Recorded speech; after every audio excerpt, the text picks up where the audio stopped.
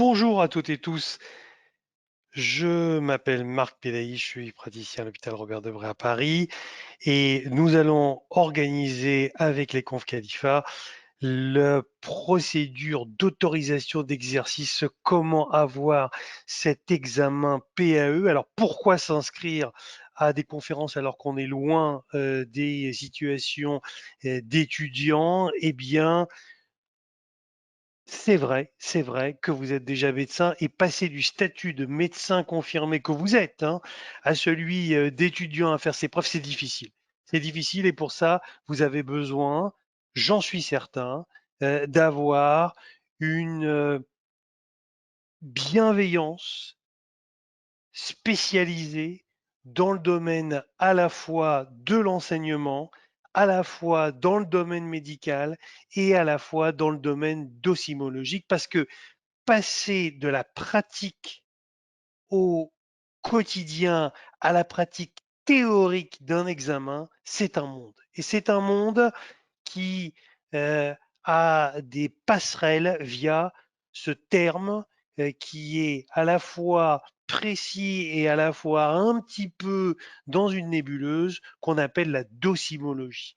C'est quoi la docimologie? Ben, c'est cette fameuse procédure parce qu'un examen, ça sous-tend un type d'exercice, exercice avec une procédure spécifique.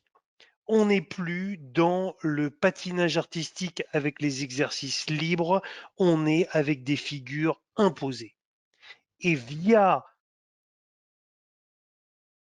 PAE by Conf Khalifa, eh bien, nous allons exercice après exercice apprendre cette procédure, apprendre comment réussir.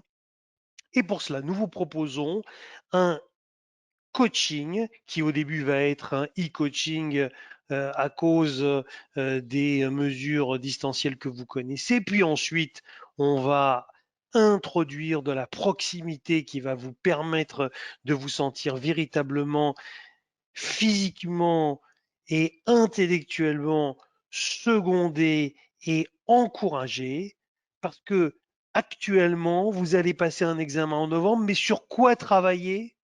Comment travailler? Comment mettre des mots-clés sans se perdre, alors que c'est une situation que vous connaissez, vous avez envie de dire, ben, c'est probablement ce diagnostic. Pourquoi? Ben, parce que je l'ai déjà vu, parce que c'est une présentation que je connais, et puis c'est le traitement que je vais mettre par habitude. Mais ce n'est pas ça qui va vous rapporter des points.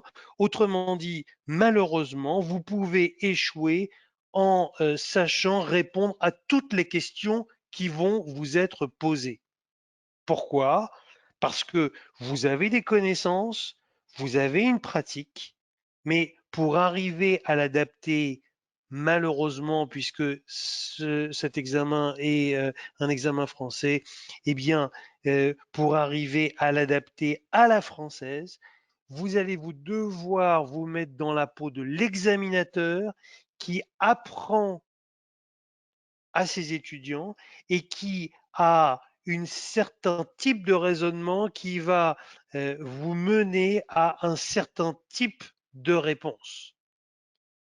Et pour prendre un exemple précis, voilà, vous avez un enfant de 4 ans qui vient pour une boiterie avec des bleus un peu partout et on vous demande en 4 items de détailler l'examen loco-régional et en 4 items de détailler l'examen général. Vous avez envie de dire, ben, je l'examine, quoi. Ben, je regarde comment il boite, est-ce que il a mal, mais comment arriver à organiser sa pensée, comment arriver à organiser sa réponse. Et c'est là qu'on va vous proposer un appui qui est un appui tout à fait indiscutable, tout à fait décisif pour que vous puissiez mettre des mots qui soient incisifs.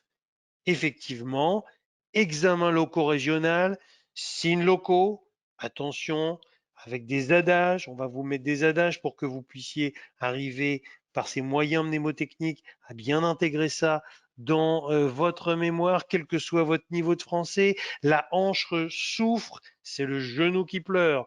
Donc n'oublions pas dans la boiterie, quand c'est la hanche, hein, qui est une boiterie de hanche, arriver toujours à voir si le genou est normal ou pas. On va regarder les mobilités articulaires. Est-ce que c'est une boiterie d'origine articulaire ou extra-articulaire?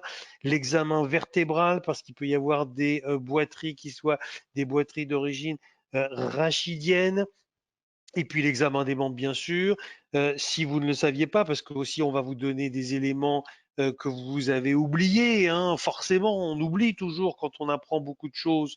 Eh bien, moins de 3 cm sur une inégalité de longueur des membres inférieurs, ça ne fait pas boiter. Plus de 3 cm, à partir de 4 cm d'inégalité de longueur d'un membre inférieur, on boite. D'accord? Tout ça, vous le savez. L'examen général, vous savez. Mais est-ce que vous auriez bien mis l'altération de l'état général? J'en suis sûr. L'examen neuromusculaire, j'en suis sûr. Mais l'hépatosplénomégalie et l'organomégalie, peut-être pas. Et puis, la recherche d'un purpura qui est fondamentale dans les boiteries pour voir s'il y a une pathologie aplasique, s'il y a une vascularite, probablement pas. Tout ceci, 1, 2, 3, 4, 1, 2, 3, 4. Quels sont les 3 examens complémentaires que vous allez faire devant toute boiterie? Vous allez dire, je sais pas, écho, radio, scintille, IRM, hémoculture, numération, CRP. Non, dans toutes les boiteries, il y a 3 examens qui sont toujours les mêmes en pédiatrie, c'est l'imagerie. Donc, vous voyez, vous savez, hein, c'est l'imagerie, sauf que vous auriez peut-être eu envie de dire radiographie de face, radiographie de profil et échographie. Et vous aurez oublié la numération CRP, ça vous aurait mis un tiers des points, voire 2 tiers des points en moins. Quelles sont les 3 causes de boiterie d'origine osseuse et les 3 causes de boiterie extra-osseuse? J'en suis sûr que vous les connaissez, celles-ci, hein, mais devant une boiterie fébrile, n'oublions pas l'appendicite ou la pneumonie franche lobaire aiguë qui fait boiter, hein, quand elle est au niveau de la base thoracique. Donc tout ça, ça va à la fois vous apprendre à être systématisé, quel que soit le sujet, puisque nous allons faire à la fois de la pédiatrie, de la gériatrie, de la médecine générale, hein. Sachez que dans la médecine générale, il y a un peu de gériatrie et de pédiatrie. Et donc, il est certain que, à la fois par ce caractère systématisé, ce caractère de rappel, ce caractère de coaching avec quelqu'un derrière vous, ça va vous permettre de respirer, d'être serein et de ne plus avoir l'esprit embrouillé en disant comment je travaille, sur quoi je travaille, qu'est-ce qu'il faut que j'apprenne. Évidemment des pièges, ici les spécificités de l'enfant de moins de 3 ans, toujours devant une boiterie chez l'enfant qui est en âge de marche, c'est traumatisme, malformatif et tumoral, toujours. Et puis, on finira avec des algorithmes décisionnels. On vous dira où vous pourrez vous les fournir. Et lors des conférences, on vous en fournira un grand nombre. Voilà, devant une boiterie, qu'est-ce qu'on fait? À quoi on pense? Toujours oublier et toujours se dire, boiterie, est-ce que c'est tumoral? Est-ce que c'est infectieux? Et toujours, hein, comme dans tous les éléments avec des moyens mnémotechniques, qu'on a, par exemple, en traumatologie infantile, hein, toujours TITI, hein, traumatique, inflammatoire, tumoral, infectieux, avec des moyens mnémotechniques. Et par exemple, on va faire le cas, un des cas qu'on va faire en pédiatrie. Donc, c'est Bastien qui a 4 ans, qui consulte aux urgences pour une boiterie, puis il a des bleus un peu partout, il a 37,9 de température. Quelles sont les 4 causes? Ben, vous allez dire, oui, je vois les 4 causes, mais grâce au conf PAE by Khalifa, eh bien, vous aurez 1, 2, 3, 4. C'est les 4 qui vont être bien mises en exergue. Ça ne veut pas dire qu'il n'y en a pas 5, 6, mais ça, c'est les 4 principales, c'est les 4 qui vont être les 4 mots-clés qu'on va vous demander. Et puis, on va refaire les annales. Quels sont les 2 diagnostics à éliminer lorsque vous évoquez un rhume de hanche ou synovite aiguë transitoire de l'enfant? Ben, vous avez envie de dire, il y en a plein d'autres. Peut-être que c'est un traumatisme, peut-être que c'est une tumeur. Non, une synovite aiguë de hanche, ça veut dire qu'il y a forcément un épanchement intra-articulaire sans lésion osseuse.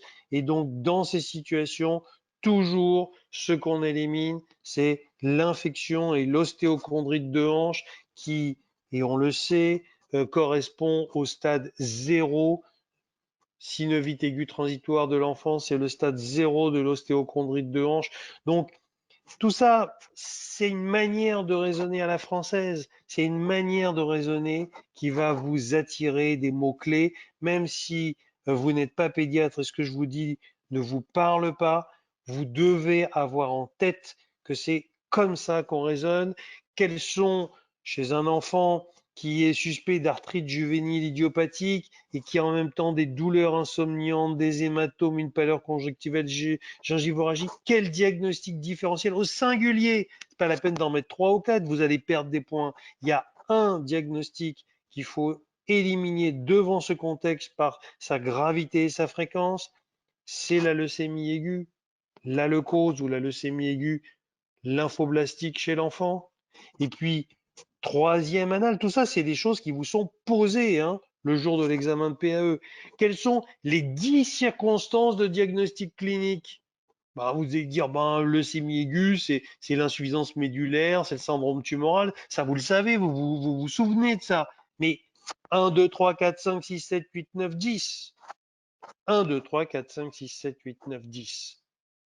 Autrement dit, tout ce qui est en termes de modalités pratiques d'inscription est disponible sur le site www.confpae.com. Les ConfPAE by Conf Khalifa, c'est le garant d'une réussite, d'un accompagnement. On ne vous lâche pas. Tout l'été, il va y avoir un coaching qui va vous permettre d'être au top en novembre avec des conférences en juin, des conférences en septembre, octobre.